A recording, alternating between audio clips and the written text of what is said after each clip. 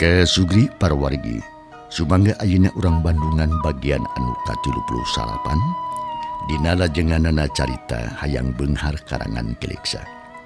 Sakumaha anu kantos di Bandungan dina bagian anu ka-38 pedaran Mang Dedi kabegat wanci dina mangsa medarikeun kaayaan alam sore di lembur Cikarang khususna ka Mang Kamin biiting kalih Kang Odoh. Harita teh keur ngarobro sanggeusna ngurebkeun mayit Jang Utom teh nya. Tah kumaha atuh para pamirsa, lajenganana ieu carita nya langkung paosna mah mangga urang sami-sami Bandungan ku sadeana. Kaayaan alam pasosore.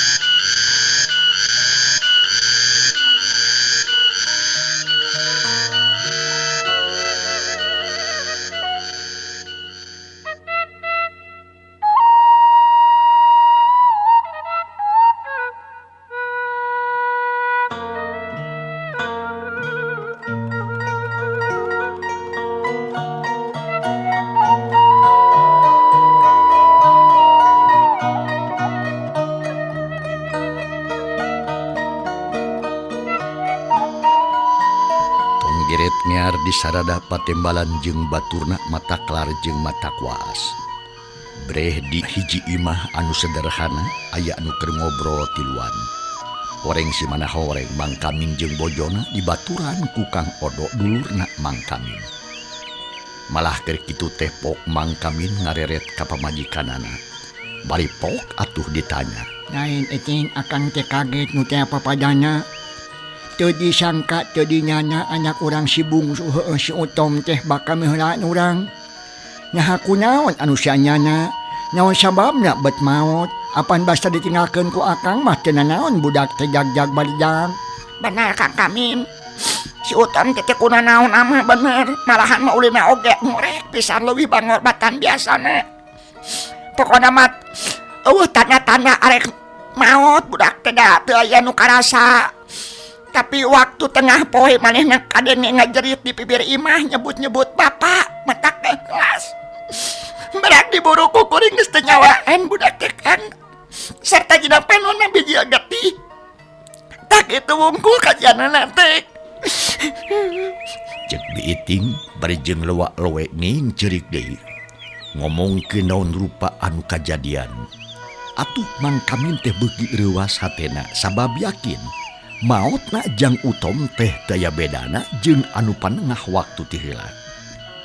Sanggeus Mang Kamin ngahulang sakedeung, pok Mang Kamin harita. Asa aneh jeung teu kahar teu kupikir. Teu kahontak ku akanya kunaon atuh budak teh jeung saha tadi ulina teh kade bisi aya nu ngababet atawa maledog atawa bisi ragrag teh atawa bisi disambar heulang panonna. Da cilaka mah rupa-rupa. Kulina jeung si Abun. Tapi da teu nanaon cenah ujung-ujung ngajerit we bari jeung ngagubrag terus jajarita nyebut bapak. Sarta akhirna budak teh maot. Puguh mata kaget eta oge. Da teu kahar teu kupikir atuh keng Na kunaon atuh dusanyana da akang oge atuh ngarasa kaget jeung na deui ting. Oge min. Ari si laing tas di mana? Hah? Nah, unga-unga anak maot tara aya di imah si laing. Teu kahar ti teuing ku akang mayo. Ceuk Kang Odo ge milu ngomong. Manehna inget kana obrolan jeung Mang Kamin 3 taun katukang. Tapi teu wani betus mah kanu sejen. Bisi matak jadi piributeun. Ai Kang Odo. Kuring teh lain teh hayang ngajaga anak. Sangkan tetep sehat jeung salamet. Tapi kumaha atuh? Apan kuring teh kudu usaha. Keur nyumpunan pangabutuh kulawarga. Nyatas usaha we kuring teh lain tas di mamana. Ceuk Mang Kamin harita. Ngomongna daria pisan panon ngareret ka Kang Odo rada ngeureumeusan. Keur kitu jo deh harita maiot mitohana Mang Kamin milu ngariung di dinya. Kamin. mau gesok kaget ku lampahan maneh. Nanti mana wae si lampahan teh atuh geus 2 kali ditinggalkeun ku anak. Tapi maneh sok nyampak eueuh wae. Kunaon kamin maneh teh atuh piraku teu nyaah anu jadi anak. Cik sing boga hitungan atuh ulah sok alawora geura. Mak Iot anu sifatna cerewedna geus kanceuh deui bae. Lantaran teu kop aya jalan, teu kaur cager sok kanceuh deui. Parandene kitu Mang Kamin jiga teu malire kamitohana. Pok nempas bari jeung tetep sopan jeung leuleuy. Tara sarwana heurasna ayeuna mah teu jiga baheula Mang Kamin teh. Mak. Uring oge nyaah jeung marang ka anak jeung pamajikan tapi kumaha atuh da geus kieu. Kanyataannana kanyaah kuring leuwih nyaah batan kanyaah mak ka incu. Sabab kuring teh bapana ngan kuring teh tewasa we ari kudu ngahalangan kadar jeung nyampik takdir mah. Da kuring teh teu kawasa jeung teu kumawasa. Nyawayahna we kudu sadar jeung tumarima da geus kieu kajadianana jadi nasib kuring meureun. Jeung ngakieu nasib urang sarerea. Tak kitu mah. Heuh, kaharti kumaha ge sia teh Kamin. Tapi tas di mana atuh maneh teh? Teh subuh ngeluk nepikeun ka teu nempo-nempo. Jiga nu pon embong cicing di imah. Mak Iot ka mana we ngomongna teh? Teu ngajurus kana urusan anu keur disawalakeun. Kawas anu beak piomongkeun. Ih, itu si emak. Nya mah cebet nanya kitu. Kuring mah tara ini tanpa niat. Tara luntat tanpa saja ini ti imah teh niat usaha mah makayakeun anak jeung pamajikan. Tang corek usaha. Rendek ulin cepuguh. Tas balanya mah. Jeung Mang Kamin bari jeung rada baeun. Keheuleun kamitohana anu teu deuk eling-eling, tetep we jiga anu ngahina jeung nganggap enteng ka Mang Kamin. Dikitukeun ku minantu jep Mak Iot teu ngomong deui. Manehna ngaret ka anakna nyatana kabiiting. Anu ngahulang jiga anu bingung. Kitu salah jeung lain asa teu puguh rarasaan. Tapi arek ngadenge salakina parearea omong jeung Mak Iot mah indungna. Pok biiting harita. Mak, laras pisan Kang Kamin teh tas balanya. Lain liar teu puguh. Itu barangna oge tu apa numpuk keneh dengan anu nanggungna oge kakara baralik. Heuh, kajeuna atuh kitu mah. Tapi kumaha ayeuna? Ceuk Mak Iot rada era oge atuh dikitukeun ku anak. Nya kieu we ayeuna mah moronan. Ceuk biiting jiga anu kaweur pisan pikiran. Teu inget kana naon-naon anu kudu dipilampah. Pok Kang Odo harita, lain cukup ku kieu. Urang teh kudu sasadiaan keur tahlil sabab naon sababna jan moal marenta dahar oge ari cai-cai mah kudu aya. Pek anguran masa sadiaan da ieu teh geus ampir burit sakedeung di magrib meureun ye. Hai heuh, kumaha atuh mak? Nyape we lah sadiakeun nyai. Keun kumaha arek dijalankeun. Da anu digawe mah loba anu babantu. Asa aya bahanna we sing lengkap. Da memang heueuh, tahlil teh kudu disuguhan sabab capeun kajaba lamun moal tahlil. Kudu atuh mah ulah henteu. Ceuk Mang Kamin deui. Hog atuh keun urang babahanan. Anu ngobrol teu eureun tepi kadinya. Mak Iot jeung biiting badami di dapur pikeun nyadiakeun susuguh keur anu tahlilan. Ari Kang Odo balik heula cenah ka imahna. Kitu deui anu sejenna. Sadengkeun Mang Kamin ngajejen tulo sorangan. Ngahulang kawas nu malaweung. Lila-kulila Mang Kamin diukna pindah ka tepas. Nempo anakna anu ngan kari 3. Harita diasuh ku Nyi Mimin. Kacina doy ngamayo aing teh asa diheulang. Sabab leungit anak bari jeung teu nyaho-nyaho. Nya kumaha carana ieu apan aing teh. Henteu masrahkeun da jeung henteu nyanggupan kitu. Naon sababna ieu tetela siluman celitik hayang ngeunah sorangan we. Ceuk Mang Kamin jroning hatina. Bari panon mah melong ka Nyi Mimin anu keur ngariung jeung si Abud katut si Udin. Hate Mang Kamin kacida ngahlasna. Nempo anakna nu ngan kari 3 sabab anu 2 mah maot bari jeung teu katungkulan estuning matak handeueul.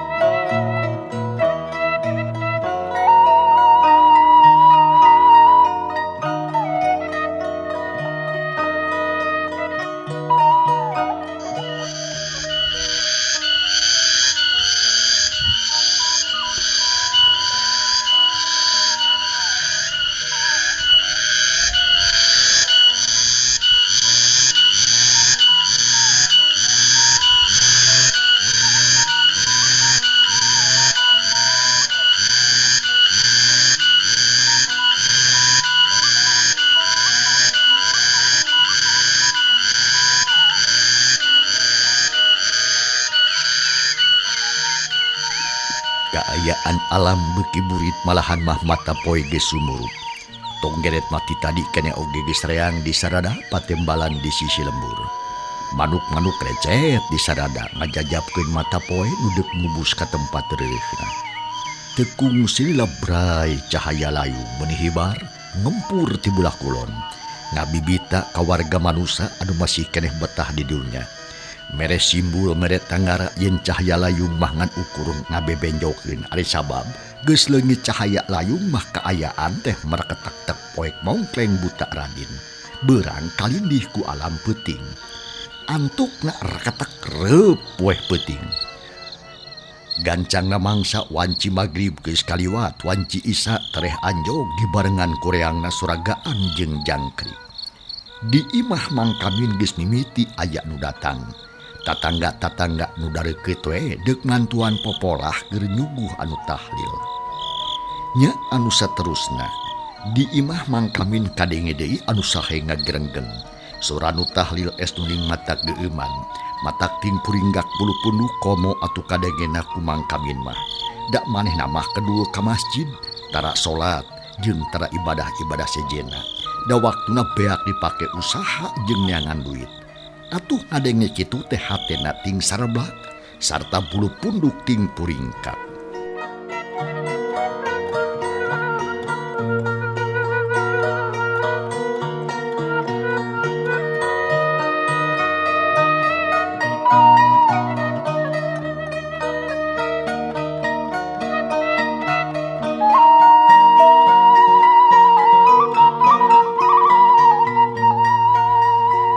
Kaayaan di jero imah mangkamin nukiwari keur ngalaksanakeun tahlilan.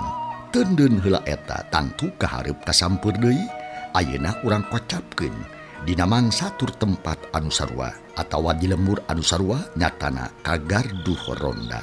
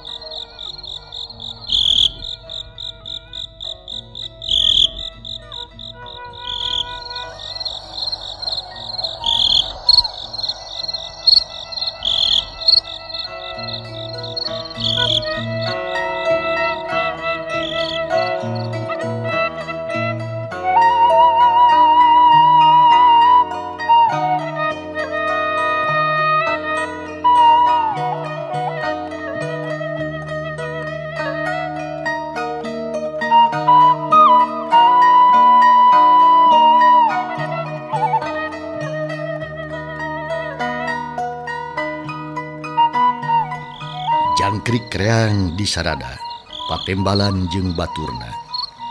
Bre aya hiji wanguna leutik horeng si mana horeng eta teh gaduh ronda. Harita aya jelema tiluan keur ngaronda sabab wanci kitu kudu geus mimiti ngajaga lembur. Di antarana nu tiluan teh ngawara keneh umurna. Horeng Kang Dudu diukna misah bari jeung ngalamun we. Keur kitu pok Mang Umid harita. Hai Jang Dudu nate milu talilol tahlilan maksud teh pepeurieun mang sekeut deket ge henteu sabab ku Pak RT dititah ngarona sore kene besi ayana naon cenang cenah maksud teh sabab kaayaan lembur asa harengheng loba kahariwang cek Bang Umid tatangga mangkami nu pangdeketna tapi teu milu tahlil manehna. Ih apaan tadi ge giliran Rona sami dipiwaran ku Pak RT supaya ngaronda sore kene ngarah keamanan katalingakeun cenah Mang cek Kang Dudu bari jeung ngareret terus ngahulang deui. Ari nusa urang deui mah teu ngomong. Jongjon we udud berjeng nangkep tuur panon melong kana lantera. Syukur atuh Jang Dudu tenang aya loba batur mah tapi Jang Dudu yeuh Mang mah ngarasa herannya ku ayana jangkimun kamin baheula memeh beunghar kungsi ini tinggalkeun imah. Ari datang anakna maot ngadadak ayeuna aya deui kajadian kitu kari-karina manehna indi ti imah datangna deui kasampak anakna maot. Nah kumaha etan teh nyajang asa teu kaharti teuing ku mang mah palang siang munyulnya sabab kabeungharanana Mang Kamin meuni ngajol duit teh jiga mauragan tina lalangit ti langit. Mang Umid jadi ngomong gitu lantaran geus lila ngabandungan kahirupan tatanggana nu kawilang aneh teu mata kaharti ku pikir teu mata kahonta ku akal atuh Kang Dudu menikeun kacuringhang saknyana mah manehna ge geus boga taksiran kitu ngan teu wani ngadakeun bisi matak jari goreng balukarna. Parandene kitu ari geus dijelaskeun ku Mang Umid mah pok atuh Kang Dudu nempas bari ceuk kesit. Da bener Mang. Kukuring oge kasaksian jeung karasa robahna eta we Samemeh Mang Kamin dagang mah nu balanja teh ngaleutna teh ka kuring sok tara kaladangan sakabeung mah. Tapi ti mimiti Mang Kamin muka warung langganan kuring laleungitan. Nu akhirna eueuh pisan nu balanja teh ngan saukur tamah henteu teuing ngewungkul teu kawas ti heula-heula. Jeungna deui Mang Umid kuring mah geus 5 tahun diajar dagangan teh boro-boro ning bisa ningkat kana toko hayang ngaganti kenteng kacida pisan hesena tapi nah ari Mang Kamin geus teu kudu catur di sabab sarea geus pada nyaho nah hanya Mang nyata mah teu nyaho Mang oge ting kumaha tah sasababan sabab nama ulah sok gitu atuh pamali gigituan teh pancek agama ge goreng patut ngumpat ka gorengan batur kan bae hari-hari hirup atuh cek ronda nu saurang deui ngadadak nempas horeng jang idi nu bieu ngomong teh teu panuju cenah ka batur-baturna ngomongkeun Mang Kamin. Atuh Mang Umid jeung Kang Dudu teh ting rarenjang terus ngareret kanu ngomong bieu balun anu ngarasa reuwas. Jang Udi dengekeun yeuh nya lain ngupat ieu mah Jang Udi tapi ngomongkeun nya ade lanceuk ngupat jeung ngomongkeun teh sabab ngomongna mah kitu-kitu keneh Mamang jeung Kang Dudu jiga nu sirik ka Mang Kamin anu usahna maju ulah sok itu Mang mun hayang mah turutan atuh ceuk ronda nu saurang teh anu ngaranna disebut Jang Udi ku Mang Umid. Salah atuh Jang Udi memang ceukna saliwat mah omongan kitu teh jiga nu bener urang teh ulah sok ngomongkeun barut batur sabab ngupat tahu ya Allah ngupat teh ku agama ge dilarang eta teh bener ku mangge kaharti tapi lamun ceuk ujang kitu mah emang teu manuju sabab eta teh goreng patut jeung deui Jang Udi Mang mah da teu sirik ngan Mang herankeun wungkul itu kumaha Mang cek Jang Udi kalah malik nanya poho kana ucapanana. Ari Jang Udi apaan tadi Jang Udi nyebutkeun yen ulah sirik mun hayang mah turutan bae pan kitu ceuk ujang ge bener atawa henteu. Oh nya bener kuring ngomong kitu tapi naon salahna gede salahna teh sabab teu boga tujuan nu tangtu jeung deui Jang Udi geus gagabah ujang dina ngomong ayeuna pikir ku Jang Udi lamun emang ye Mang Udi milampah hiji pagawean salah terus ku urang dituturut-turut-tutut diturutan naha alus ari kitu Ya goreng atuh Mang. Ari nya mah geus yakin kesalahanana.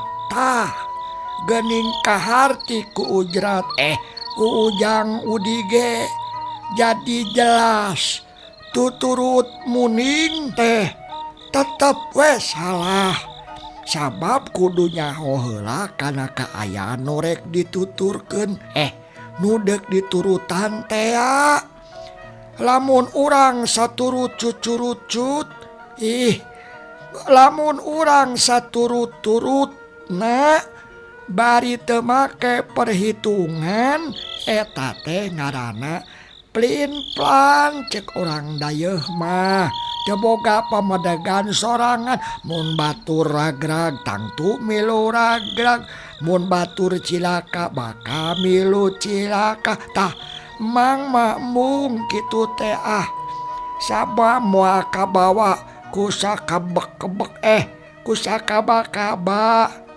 ngomongkeun kaayaan Mang Karim Mang Kaminsot teh lain sirik atawa panas tapi hayang nyaho kana jujutan musanyana naon sababna pangna kitu sabab beda jeung nu loba mun geus yakin carana usaha sarta yakin bener henteuna atawa yakin batal haramna tangtu urang teh bisa hati-hati jeung waspada sangkan teu kabawa ku sakubu ku sakaba-kaba tah kitu. Jadi kumaha tuh Mang teh? Jadi kieu Jang Udi Mang mah moal gampang tuturutut muning da ngomongkeun ge lain panas atawa sirik kitu Jang Udi. Kumaha tah kaharti ku Jang Udi? Cek Bang Umid ngomong nate ancad lair bari jeung sok salah maklum geus kolot beureum. Jang Udi nepikeun kacolohok teu nyangka Bang Umid bet ngomong kitu hayang ngebrehkeun eueuh hate ka Jang Udi ngarah teu salah paham maksudna mah ngadenge kekecapan atuh Mang Umid kitu pok harita Kang Dudu. Benar kitu ge. Pamadegan kuring oge Mang, memang benar. Panas henteu sirik jauh. Ngomong ke soteh hayang nyaho we, dumeh mata kaget. Cek Kang Dudu mairan. Atuh Jang Udi meningah ulang. Manehna kapeped ku omongan Mang Umid nu akhirna deui. Pok atuh harita Jang Udi. Kartos tuh Mang. Kuring rumasa atas sasar kuring kurang jejehan tapi kumaha maksad Mamang nu saanyana atuh naon anu hayang dikanyahokeun tina perkara Mang Kamin teh Mang. Kitu pokna Jang Udi jika nu kabawa ku kahayangna Mang Umid.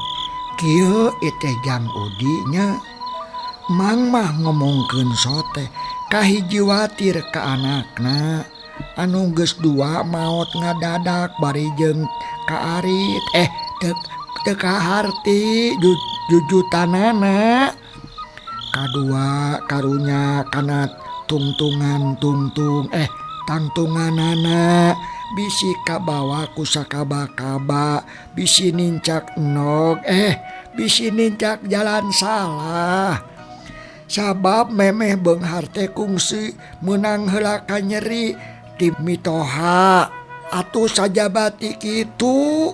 Lamun urang geus nyaho kana kaayaan nu sabenerna mah urang bakal bisa hati-hati jeung waspaos waspada sangkan teu kaburusutan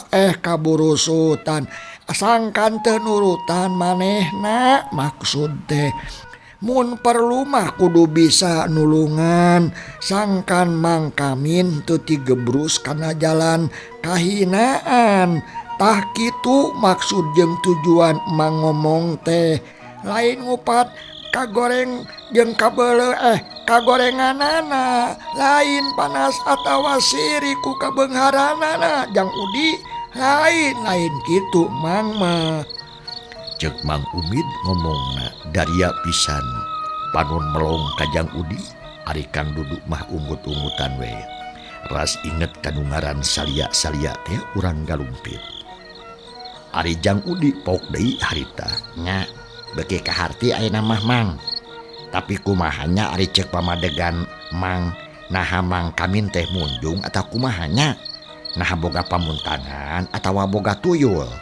Cek Jang Udi manehna ge boga pikiran kelebah dinya.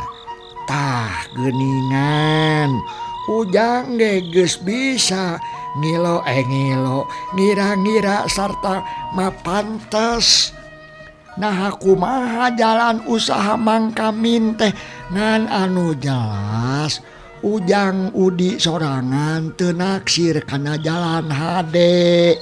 Da geuning kitu buktina. Sabab yakin usahana kawilang matak helok. Da pugu datangna rejeki teh jiga maruragan tina lampit ti langit. Tak ieu nu jadi pamikiran Mang teh Jang Udi ngan tepi ka ayeuna teh can kapikir duka teuing kumaha Mang Kamin teh. Da ari nuding sangeunah nama atuh teu wani mangge bisi doraka. Ulah goreng sangka suudon kasebutna ngan aya waspada mah kudu mudenya Kang Dudu. Geus emang. Ulan Geus Mang. Ulah diteruskeun mikirane kitu patut. Keun bae da moal burung kanyahoan awal akhir oge nu kitu mah Mang. Moal bunyi salilana atuh. Cek Kang Dudu jika nu embung panjang ngobrolkeun hal eta.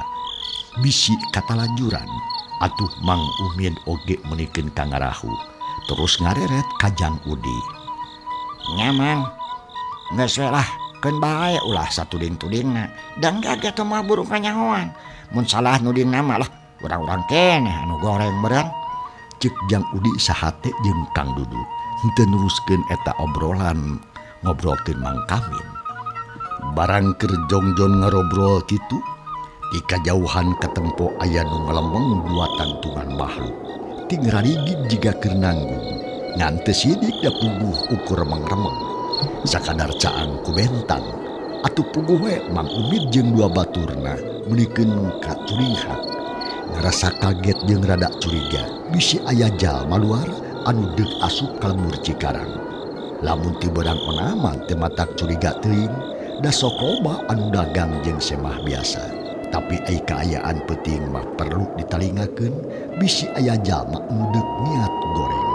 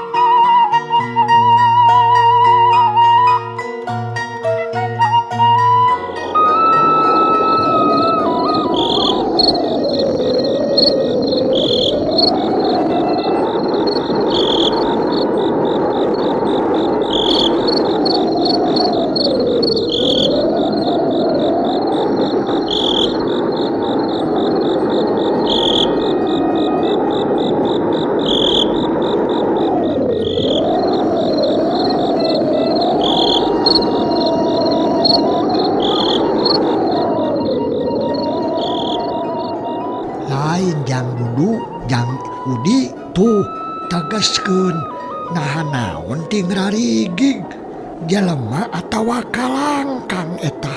Cek Mang Umid beri jeung nunduk nu duaan ge celohok. Neges-neges anu ditunjuk ku Mang Umid sakedapan mah jempe can aya anu wani gerung. Jika jelema nya Mang kumaha pegat atawa ulah yeuh cek Kang Dudu. Sanggis rada sidik panun mah tetep melong ka eta makhluk. Nya sarua jeung teteh nyoan emang jiga jelema nu keur nanggung ayeuna kieu eta jalan urang pegat atau orang intip we terus tuturkeun kanu ditujuna. Lamun nyurigakeun leuwih hade tewak we tah kitu cek Mang Umid terus singkil. Hatena deg-degan jajantung ratu. Leuwih hade intip heula mang. Ka mana tujuanana? Lamun nyurigakeun ka kara teh wah. Terus bawa ka dieu. Cang-cang digaduh rona isukan setorkeun ka Pak RT atawa ka Pak Ici. Tah kitu cek kuring mah. Cek Jang Udi usul. Puguh budak ngora. Hatena hate ngora. Ada ge kitu pok Kang Dudu harita. Salah gitu mah Jang Udi. Mending intip tebikeun ka tujuanana. Lamun geus yakin niat jahat Tewak. mun teu jahat mah ulah talingakeun mah kudu sarta laporkeun ka Pak Ici. Kitu cek kuring mah.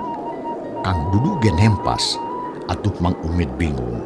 Manehna ngahulang heula bari jeung mikir teu lilapok atuh Mang Umid. Ulah laloba omong atuh. Bisi jaman nu datang deket manten yuk.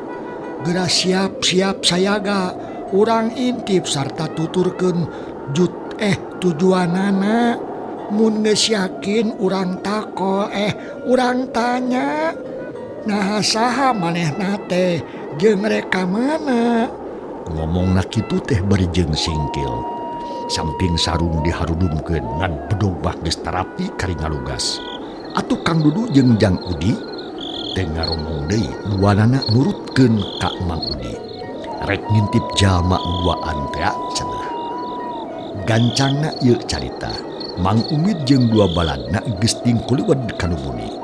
Tiluanana rancing geus panon muralang kanu kakara datang.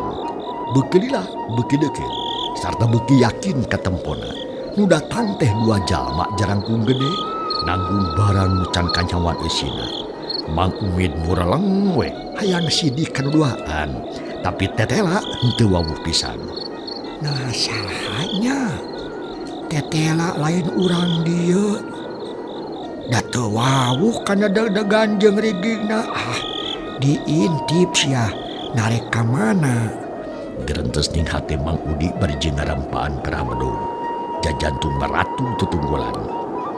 Lar atuh anu duaan teh ngaliwat. Jelas pisan nanggung barang bangun berat. Dalalimpangna oge leno alias kenor pisan jiga anu geus capek. Eta dua jalma teu waleh ditalingakeun ku nu tiluan. Malahan masanggeus ngaliwatan anu ngintip. Mang Umid mere isarah kanu duaan sangka nuturkeun kalayan ati-ati. Terus tingkat teyap dinu poe bari jeung nalingakeun semah nu duaan teh.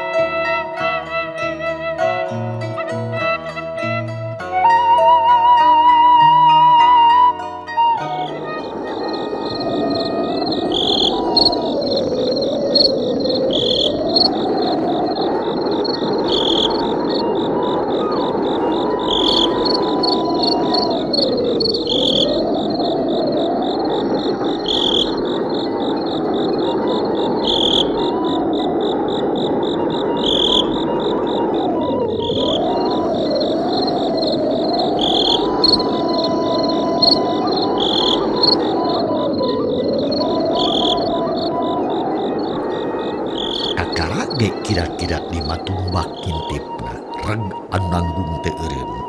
Jika nama carapeun meureun da kadenge napasna ge meuning ngahegak. Tanggungan sok ditunda ari maranehna gugdek dari dina batu bari ngahep-hep. Eueuh nu ngomong. Atuh Mang Umid jeung dua baturna ge kapaksa areureun. Tapi henteu oleh melong kanu keur eureun teh. Malah Mang Umid ngaharewos ka baladna. Sidikeun dak. Nah wawu atawa henteu kana rupiahna rupiah rupana. Henteu, teu wawuh Mang. Yakin lain urang dieu? Cek Kang Dudu deui. Anya we atuh mang. Ulah diintip lila-lila cangkeul yeuh. Cek Jang Udi usul. Ish, apaan hayang nyaho tujuanana? Nah harek kumaha? Nya, tanya mah tanya we atuh. Da mabur mah jawab asa urangna we. Sopan, sarta ulah nyurigakeun. Sabab lamun diintip terus-terusan mah Manehna bisi curigaeun ka urang nu saterusna bakal linghas moal beunang kateranganana meureun Mang. Bener teu Kang? Teh Jang Udi meuni keukeuh ngajak nanya ka eta nu duaan.